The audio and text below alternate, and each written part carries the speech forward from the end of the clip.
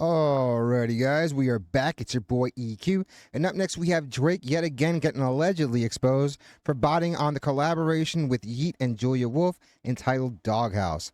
And if true, even all that alleged botting couldn't save this record from missing the Billboard Hot 100. It did make the Canadian Hot 100, but I can't imagine Drake seeing debuting at number 86 as a W. I mean, there's definitely been a dry spell when it comes to W's for Drake, but debuting at number 86 for a person that loves to brag about number ones is probably not going to cut it.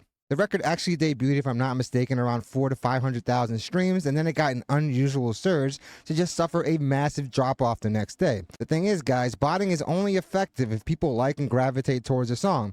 When that's the case, something like this really does help, but that obviously wasn't the case. And again, guys, I'm going to reiterate, botting is pretty much commonplace. It's pretty much a standard practice in the music industry. There's a whole industry built on streaming forums. Some artists are just more egregious than others, which is probably why we see people with millions of streams, quote and unquote, actually miss the charts altogether. And before bots, labels would actually set aside some of that budget to buy first week physical copies to accomplish the same thing that they're accomplishing through botting. They're trying to get some excitement because a lot of times perceived success can actually lead to a lot more real success. And a lot of times these companies would actually sell these physical copies back to retailers and reorders, and also those subscription CD companies where you'd get like 30 CDs for $1 just to get charged an arm and a leg later. I've definitely fallen victim to some of those, and I think I've yet to pay back those companies. But definitely let me know if you guys have actually fallen for any of those subscriptions. If I'm not mistaken, Columbia had one as well.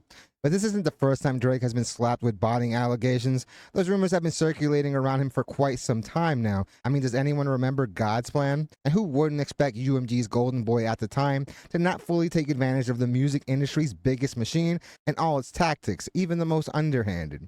Drake's been on a mission to expose UMG, but Drake may end up being the one that does the most damage to his rep, as if plenty wasn't done already, if those alleged benefits he received are revealed. We already know that the music industry is shady. Payola and underhanded tactics have been around since the inception of the entertainment industry, not just music, but UMG already stated in their opening statement that UMG has done the very same thing that he's accusing them of doing in the past, and probably one of the most hypocritical cases we've ever seen. But enough dilly-dallying, let's jump right into the video where we have Drake getting allegedly exposed for botting yet again on his collaboration with Yeat and Julia Wolf entitled Doghouse. And that record is not even in a doghouse anymore. That record is literally homeless. Yeat has had these same allegations before as well, given who manages him. And arguably his worst song of all time, with which for some reason he actually ended up. I wouldn't say worst song, because there's definitely some really bad ones in there. My mentor actually produced some early Drake records before Drake had any type of motion musically. And yeah, he was just a Joe clone and not very believable at it either, which is probably why Drake gets so salty when Joe says anything negative about him. So while it's definitely not his worst, I will say this, it's definitely really uninspired and very, very mid. Putting onto streaming platforms. And if you want to take a look at what botting looks like, I'm not saying he necessarily factually did use bots on this Yeat song, but it has some very suspicious charting activity. So the song is released on September 9th, 2025. It cracks the US Spotify charts, and pay attention to these numbers, all right? So September 9th, it comes in around 70 on the charts with around 400,000 streams. It doesn't make the global Spotify charts, meaning it didn't have enough streams to make like the main Spotify chart that has all the most streamed songs globally. But then 3 days later, the song randomly premieres on the global Spotify charts, basically doubling its daily streams with 2.2 million streams. Remember how I told you the song came out 3 days before this, right? And it was getting around 400,000 streams on the US charts. I think the second day it did a little more, but yeah, that increase on the third day was egregious. Meaning like in the US, it was streamed 400,000 times on the first day of its release on September 9th. Suddenly on September 12th, it's getting 2.3 million streams globally the first day that it actually enters that chart. And on the US chart, it bumps up 46 spots to the 13th position with 900,000 streams that day. That's a 500,000 plus increase from its first day on the charts when it had around 400,000. That's very suspicious off the rip, because usually a song in its first day will get the most amount of streams. Most definitely, and also given the fact that that record was featured in the Drake Iceman stream. So for all the cult of the OVOI members that want to say that this record was pushed out with no rollout, yeah, it didn't have some long extended rollout. at least for that song in particular. But Drake is literally in a rollout for his Iceman album. A rollout's job is to create anticipation, to create hype for a project. And obviously, this has been the antithesis because records are falling off the charts as quickly as they're debuting on it. And now we have one that just missed it altogether. And cult members, you can't really say no rollout at all when it was so heavily featured on that stream. To me, that's the part they probably spent the most money on. So you can't convince me that Drake was intending for that song to just not make it onto the Hot 100. And then it slowly starts trickling down. But hey, maybe people didn't know about this song. It was just randomly premiered. Maybe it took a couple days to gain some traction, right? We'll give Drake the benefit of the doubt. Well, TikTok is also a way other songs have gotten hot, but we're specifically talking about the Spotify charts here. Let's see what it does the next day, because surely if it's gaining that momentum and all of a sudden it just massive makes drop its right here. random debut 3 days after its release onto the charts, then surely it's going to start to rise or at least stay around the same numbers, right? Well, keep in mind, again, September 12th, It was like a comes on 50% randomly drop, onto the at global least. Spotify charts for its first day, 3 days after it was actually released, with 2.3 million streams at number 43 on the charts. The next day, take a look at how far it dropped. 100 spots. It dropped 107 spots I wish these videos were a little bigger, at least the visual part of it. and only got 1.3 million streams. That's 1 million streams less than it had the day before. And the day before, it was already 3 days after its release. Massive drops like this are usually common after its first week, maybe second week. So this next day drop off is totally shady. A song never just randomly gets a crap ton of streams on a random day and then suddenly drops 1 million streams in the Streaming following day. Are you following what I'm saying here? The drop is astronomical. It makes It's no egregious. sense. The next day, it completely falls off the charts. It's no longer on there. And the lowest song on the charts is Addison Rae's Diet Pepsi with around million? 1 million streams. Obviously, it's safe to assume that Doghouse got even less than that, sub 1 million. That means that this Drake song had less than 1 million streams. So follow the numbers, right? The first 3 days of its release, this new song, it's not on the charts at all.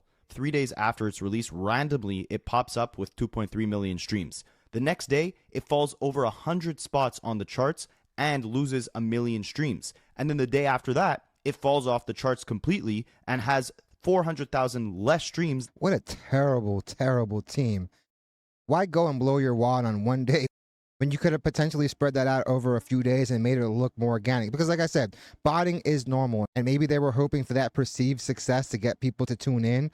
Obviously, that wasn't the case. Like I've said so many times, you can put all the money you want behind an artist, but if the public is not gravitating towards it, it's all done in vain. Do you see how suspicious this is? This is almost like his team plugged in a bunch of bots onto this song to see if it would start gaining the traction if some more eyeballs were on it. But those bots didn't work, and so the song started organically falling off the charts at a rapid rate Pretty much it was performing as it should have. and losing an insane amount of streams. Probably because on the first day, those streams were not organic to begin with. One of Kendrick's songs have a massive streaming day, and then all of a sudden the next day, it falls 100 positions and then just falls off the charts completely. What the hell is going on here? Is this Drake panicking?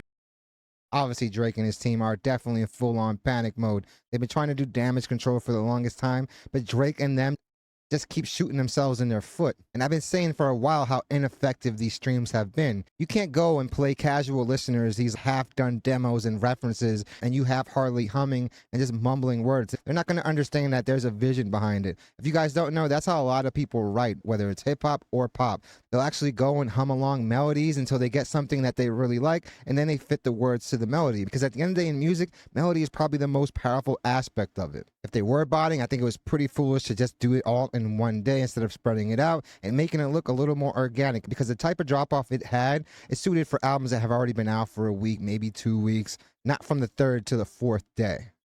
This is probably the most intensely that Drake has been under the microscope in his career, which is definitely saying a lot. And knowing that, and the fact that, yeah, you are in the midst of this lawsuit, it would definitely be dumb to do this, but Drake hasn't really been moving the best over the past year and a half, so nothing is really off limits as to what the team would do. Again, like I said in my intro, Yeat has been alleged to have done stuff like this before, given the fact that he is managed by Zach Bia, and supposedly he's an egregious botter. But even with all that being said, I don't think these two artists' fan bases were actually calling for this feature, and it's pretty much evident when we look at the stream. Yeat probably had the best response out of anything in these streams, which is saying a lot when he's not even the main focal point.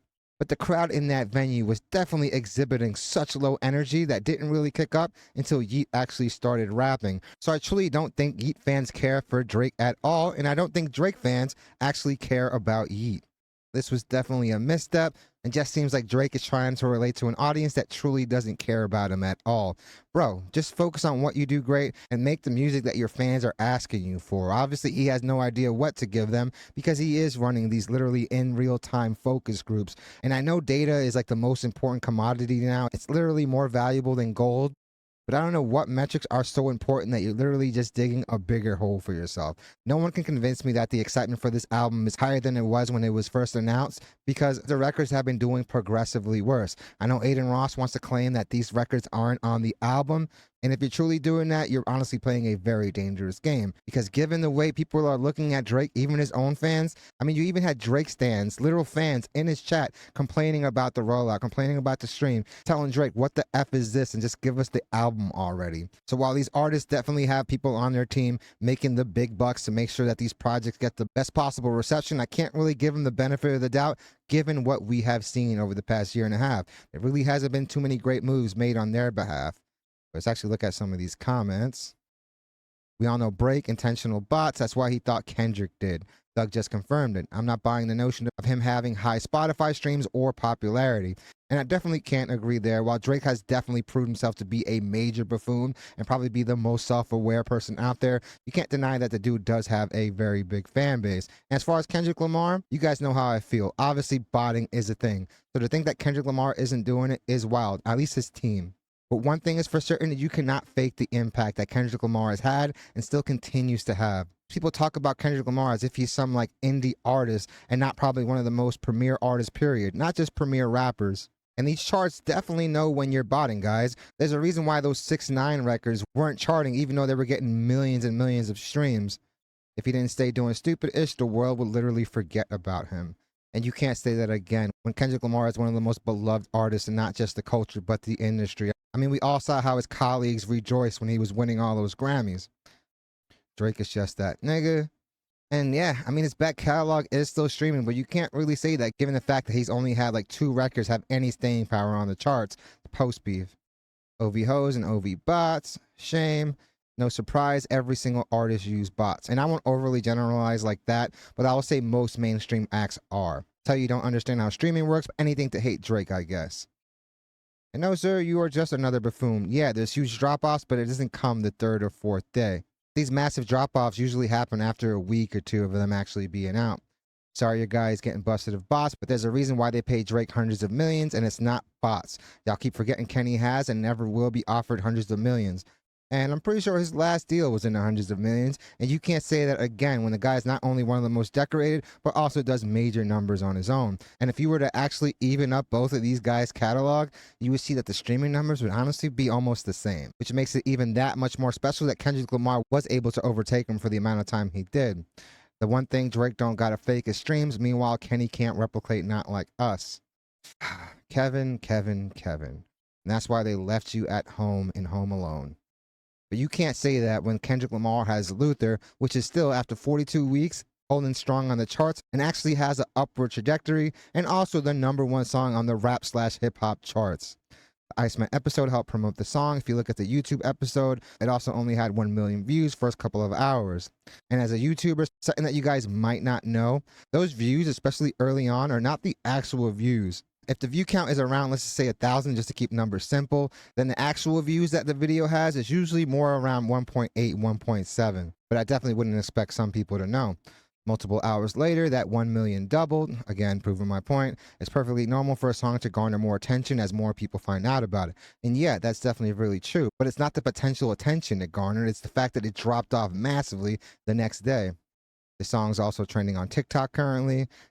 And that's TikTok, obviously, something that people have argued many, many a times, and that is also paid for. You'd be surprised how many of those TikTok stars are on these labels' payrolls. You guys are more in love with Drake than his own fans. No, that's not the case at all. It's the fact that we like to point out the hypocrisy, especially when you're suing about the same alleged things. So your logic is Drake botted, while bots universally are under investigation. And yeah, Drake and his team really haven't done the best moves over the past year and a half, so I really do think that nothing is really off limits for him. couldn't have been Spotify delaying the global push, and when did everyone heard it, it was like a debut. And this person will literally contradict themselves in the same comment. You can't say that Spotify is delaying it because they're definitely under their microscope and still argue your Drake narrative. The reach is insane, and if you're saying it entered the chart same day, that makes sense for debut. Kevin, you are a special person. All right, here we have another cult member, an angry cult member. Bitch, you still sitting on such little followers, and the rest of the Drake haters are on thousands. Come on, even the K-bots think you're fucked in the head. And Midas Touch, let's actually look at, I guess your opinion means even less because you have 94 followers, fam. At the end of the day, this account does put out some pretty dope content. They also repost a lot of cool stuff as well. But if you spent half the time commenting on these videos and actually allocated that to streaming the songs, maybe they'd make the Hot 100. And for the ones that did, they'd probably hold up a little better. Just because y'all King got exposed for it don't mean everyone used them. Drake actually has a fan base, not bandwagoners. And honestly, I could probably argue that Drake has way more casual fans than Kendrick Lamar does, given the fact that, yeah, he releases a lot more pop-centric records, songs that are sometimes bigger than the artists themselves. And Kendrick Lamar definitely has a very, very hardcore fan base. So yeah, guys, some of these comments just shows me how little some people know about the actual music industry. It's all very surface level and stuff that they either read on Reddit or learn through Wikipedia. Botting is definitely a pretty standard practice, as well as paying for top placements on these top Spotify playlists, and it's probably the worst kept secret about the industry. Payola has been a thing since the beginning of the entertainment industry. It was outlawed back in 1950, but it still is happening, guys, and it shouldn't really be that much of a surprise. And to say Drake doesn't benefit from any of this stuff, yet he was one of the biggest priorities over at UMG, shows how little you know. But definitely let me know what you guys think. Do you guys think Drake was botting on this record? Yeah, I wouldn't be surprised at all. That drop-off is definitely really, really shady. But at the end of the day, I don't really think their respective fan bases were actually looking for that record. Definitely let me know what you guys think. Definitely hit the like and subscribe button, guys. It does the channel wonders. I really want to thank you guys so much for continuing to make this channel a part of your day. It honestly means the world to me, and all the love and support that you guys continue to show this channel on a daily is honestly overwhelming and probably the biggest reason why I make these videos. So I really want to let you guys know how grateful I am for all of it. I do want to send out a big shout out to all those that have been joining YouTube memberships. Small way to support the channel, but definitely goes a very long way in helping out. And also a very big super thank you to all those that have been sending super thanks, because it does tremendous things for the channel, and I definitely want to let you guys know how grateful I am for all of it. I do want to personally thank T-Mac for another awesome super thank you, and I want to personally let you know how grateful I am for your support as well. I'm definitely looking for your take on this. Also, guys, if you want to send video recommendation ideas, I suggest you guys follow the X account and also join the Discord. Both those links are in the pinned comment and also the description. Again, it's probably going to be the easiest way to make sure I actually see those. So I hope you guys love this video, and I hope to see you guys soon. And while I feel like everyone has a right to their opinion, some people are just egregiously wrong.